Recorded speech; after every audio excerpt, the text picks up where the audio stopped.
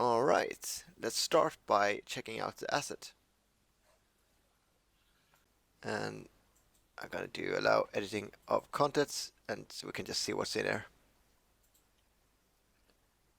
So when we look at this, we can see this is not really a crowd rig, it's more of a hero rig.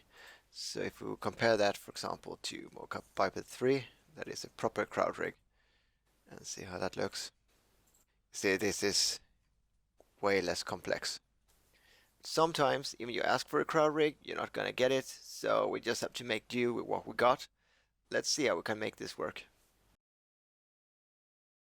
So the first thing I gotta do is, of course, turn off all these controllers, because I don't want to have all these controllers in the agent. So let's go to the flags here. I'm gonna turn off everything. For some reason, I can't turn everything off here. Like, I can't turn this guy off, for example, but I just gotta go inside and find it there. I'm gonna select this one, and space G my way in there. And this one, I want to turn that off. Okay, cool. So this looks better.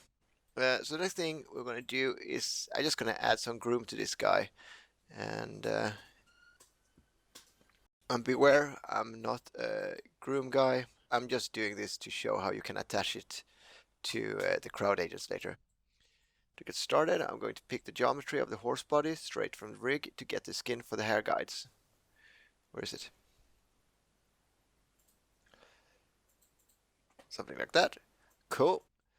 And now I'm gonna select some polygons. So I'm gonna change to this brush picking, and also gonna change this area select visible geometry only. And then I'm just gonna select something.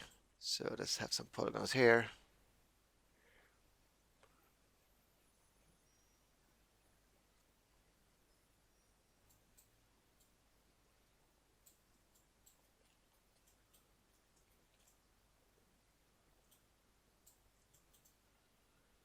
Like that maybe. Oh, I gotta choose something here maybe. And then I'm gonna select the tail.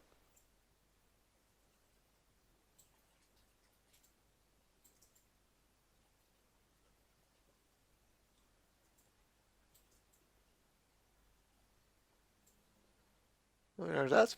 Cool. Then I gotta go to hair utils, create guides. And here I got some guides. Then I gotta go to guide brushes and length adjust, and I'm gonna make it a little bit longer. I'm gonna adjust this to 25 maybe, so longer, something like that maybe, or maybe a tiny bit more. And then for the tail, well, actually I'm gonna do it on this side as well. And then I'm gonna do the tail. I can make that a little bit longer.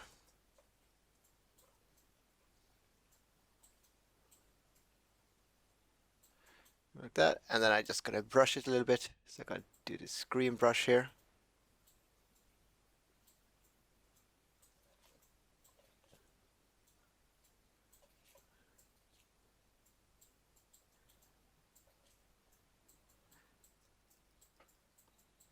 Yeah, good enough.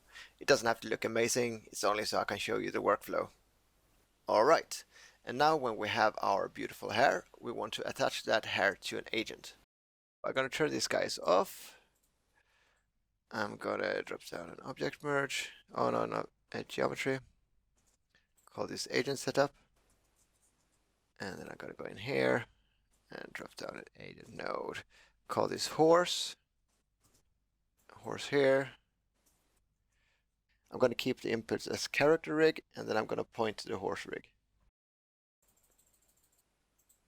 Like so. There's obviously no motion in a bind pose, but I like to check convert to in place anyways, just to get the locomotion channels in all the clips. Cool. The clip name will be bind pose as well. Okay. So here we have a crowd agent. Now we want to attach the fur to this agent. And the first step to do that is to get the guides here. Get groom. Instead of selecting the hair in the dialog box, I'm going to go into the actual node, and whatever I select in there will be selected in the dialog as well. So guys, I want them, accept. And here we have them. Cool. Uh, and we want to attach it to the geometry, but the geometry is packed away in the agent, so we need to unpack it again. So we're going to do unpack agent or agent unpack. And then we're going to unpack the agent. Now it's just a mesh again, and we're going to attach this groom to that mesh. So I'm going to drop down a vellum here. I'm going to have the groom in the first port and the geometry in the third port. And then let's just see what we have by dropping down a vellum solver. And if we don't do anything, the hair will just fall off, and that is obviously not what we want. A method you might think would be good for constraining the hair is to use attached to geometry, but this is actually not a good solution for hair, and I'll demonstrate why. Let us drop down a vellum constraints node, and then we select attach to geometry. By default, you can see that you get loads of constraints all over the hairs. We obviously only want the roots to be constrained, and luckily you have a root group that gets created when you are generating the hair. So we can just go in here, put group type, take points, and then select roots. Now you can see now it's just the roots that are attached to the geometry here. So that's good.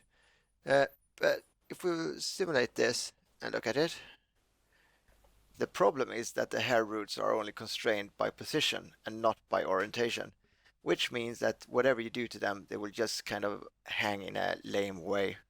This means that if you would, for example, go into the vellum hair node and change the stiffness, it doesn't look that much different just because of the non-constrained orientation.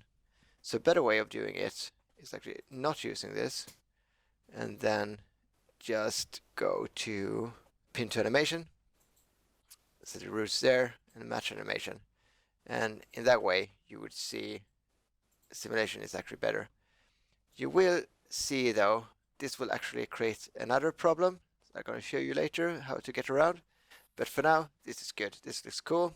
So let's pack that into the agent. First, we need to pack this down to a primitive. So do vellum pack.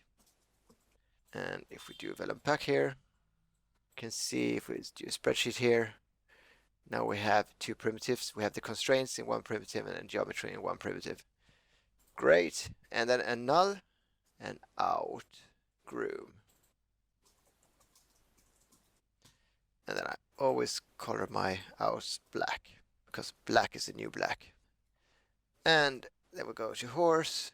I'm going to drop down an agent layer. By default, when you create this agent, it creates this default layer. When we create a new agent layer, there's nothing because we need to tell that layer what to show.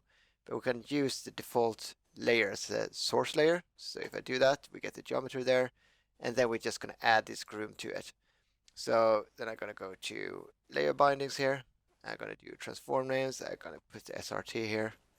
So let's do the SRT and add shape. I'm going to go and point to that groom, and I'm going to call this hair. And now we have the hair here. Very cool. And just to see, so we got it. If we do a crowd, we can drop down a crowd source and try it out. So here's a crowd source. So we have all these horses with groom, but let's also just do 4 of them.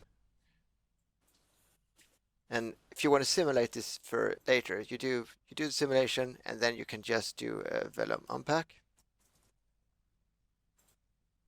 So I have that there, and here the shape simulate. Let's do hair, because that is the shape. We created a shape called hair, so we need to pack that up. So now we got that, and then we can do a vellum solver here.